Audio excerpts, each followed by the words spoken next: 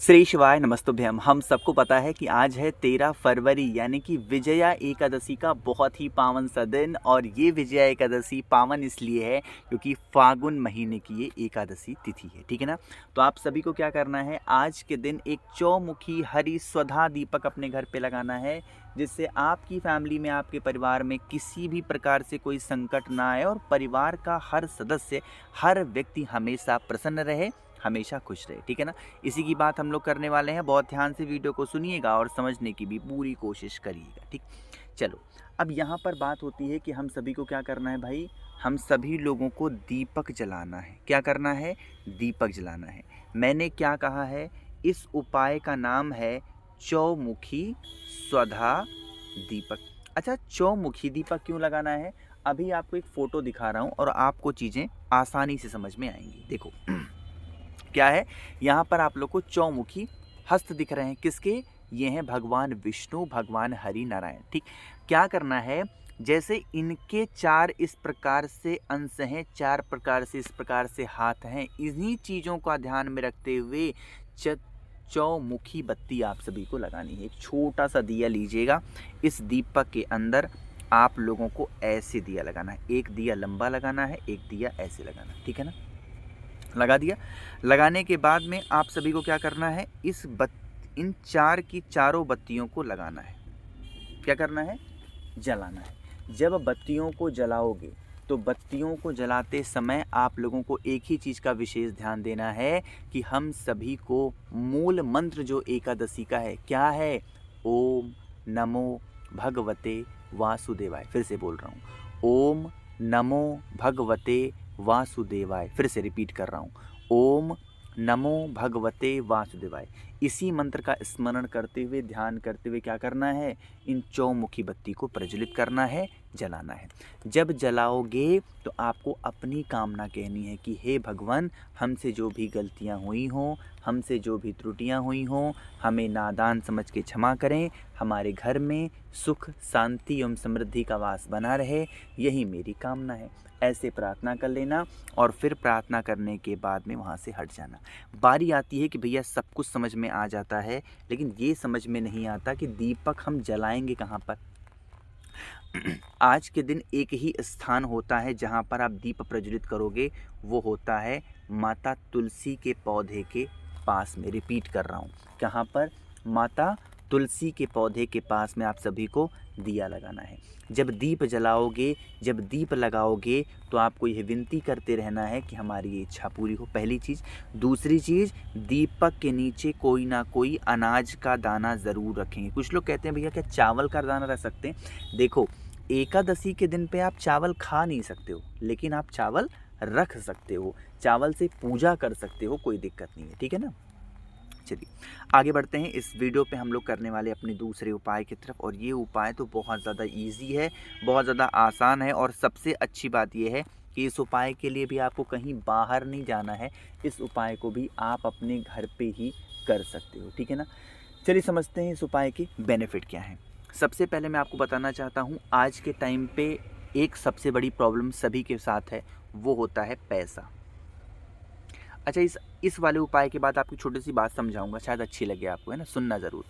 पैसा, तो बहुत सारे लोग होते हैं जिनको पैसे की कमी होती है, धन संपदा घर में नहीं है, माँ लक्ष्मी का आगमन घर में नहीं है, बहुत कोशिश करते हैं, नहीं आता पैसा, कर्ज में डूबे जा रहे हैं।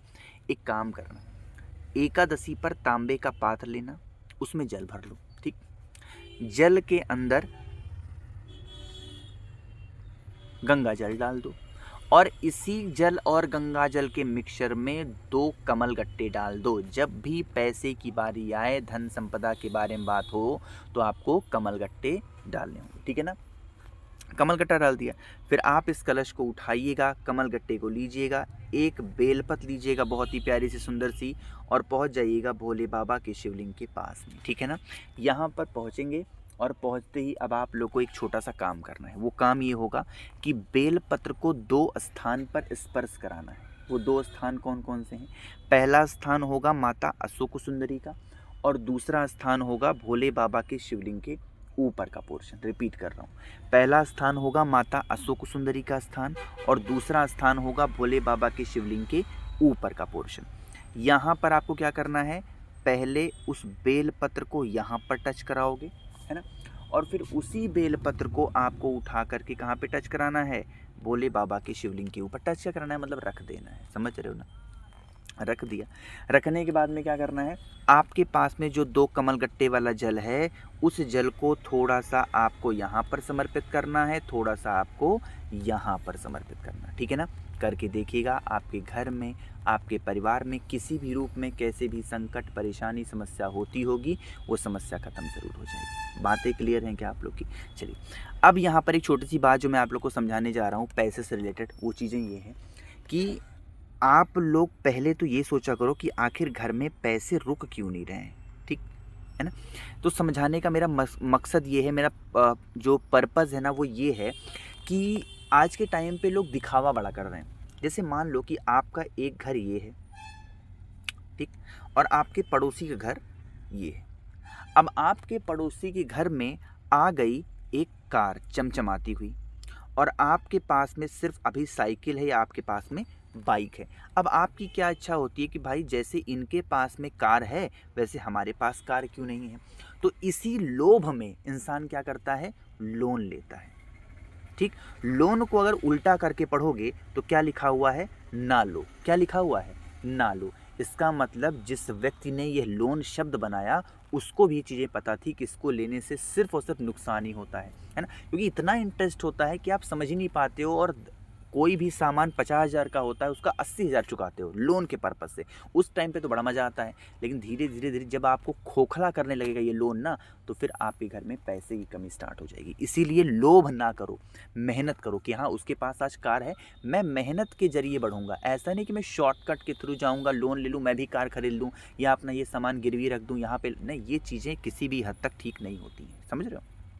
चलिए आगे बढ़ते हैं इस वीडियो के सबसे आखिरी उपाय की तरफ, लेकिन उससे पहले आपको बताना चाहता हूं कि आप लोगों के लिए महाशिवरात्रि का पावन पर्व 15 फरवरी 2025 को है। तो इस उपलक्ष्य में आप सभी लोगों के लिए छोटा सा ऑफर मैंने रखा है। ऑफर क्या है कि अगर आप मुझसे 1 मुखी रुद्राक्ष, या आप मुझसे 7 मुखी रुद्राक्ष, या आप मुझसे 9 मुखी रुद्राक्ष जो कि लड़ाई झगड़े को ख़त्म करने के लिए है, या 6 मुखी रुद्राक्ष जो कि पढ़ाई के लिए होता है, कोई भी रुद्राक्ष आप मुझसे खरीदते हो, इसके साथ में आप लोग को बहुत सारी चीज़ें बिल्कुल फ्री में दूंगा, है ना। जैसे 5 मुखी रुद्राक्ष आपको फ्री में दूंगा, 3 मुखी रुद्राक्ष आपको फ्री में दूंगा, रुद्राक्ष की माला आपको फ्री में दूंगा, प्लस आपको 50 ग्राम भस्म महादेव का श्रृंगार करने के लिए आपको बिल्कुल फ्री में दूंगा। तो इन सभी चीज़ों का लाभ अगर आप सभी को उठाना है तो आप मुझे कर सकते हैं व्हाट्सएप पे मैसेज 8299419143, ये मेरा व्हाट्सएप नंबर है। कैश ऑन डिलीवरी की सुविधा आप सभी को उपलब्ध रहेगी, यानी पैसा पहले नहीं देना है, बाद में देना है। 1 मुखी रुद्राक्ष होता है सर्व सिद्धि के लिए, 7 मुखी रुद्राक्ष पैसे के लिए, 9 मुखी रुद्राक्ष लड़ाई के लिए, 6 मुखी रुद्राक्ष पढ़ाई के लिए। अभी तक 11,000 से ऊपर लोगों ने ऑर्डर किया है, आप इंतजार क्यों कर रहे हो, जल्दी से ऑर्डर को प्लीज़ करेंगे, ठीक। अब समझो इस उपाय को। जैसे मान लो कि आपको किसी ब्राह्मण देवता ने, किसी पंडित जी ने ये बता दिया है कि आपके घर में किसी न किसी चीज़ की छाया है, चाहे राहु केतु परेशान कर रहे हों, या फिर कोई ऐसा दोष है जिसकी वजह से आप बड़े ही कोशिश में हो, लेकिन कोशिश मतलब इच्छा ही नहीं पूरी हो पा रही है, तो आप इस उपाय को करेंगे। इसके लिए हमें आज के दिन 7 मुट्ठी चने की दाल लेनी है। कितनी? 7 मुट्ठी चने की दाल लेनी है। एक सफ़ेद रंग का कपड़ा लेना है ना, और इसी 7 मुट्ठी चने की दाल को उस व्यक्ति के हाथों से इस कपड़े में डलाना है जो व्यक्ति के ऊपर किसी न किसी प्रकार का दोष है। फिर उस कपड़े में रखने के बाद में आप उस कपड़े को लेके कहाँ पे जाओगे, किसी भी मंदिर में जाना है बच्चा, है ना।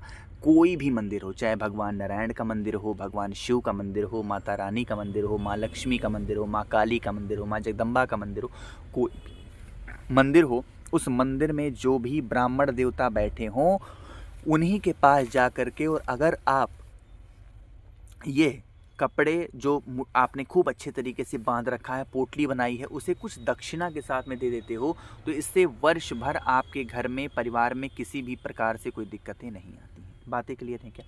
तो भाई मैंने कोशिश की आप सभी को सब कुछ प्यार से, बहुत ही अच्छे सारी बातें बताने की। कोई बातें समझ में ना आई हो नीचे कमेंट सेक्शन में पूछिएगा, मैं पूरी कोशिश करूँगा रिप्लाई करने की। मेरे जितने भाई बहन आवाज़ आज मेरी पहली बार सुन रहे हैं, चैनल को ज़रूर सब्सक्राइब करेंगे और वीडियो को लाइक सभी को करना है। श्री शिवाय नमस्तुभ्यम।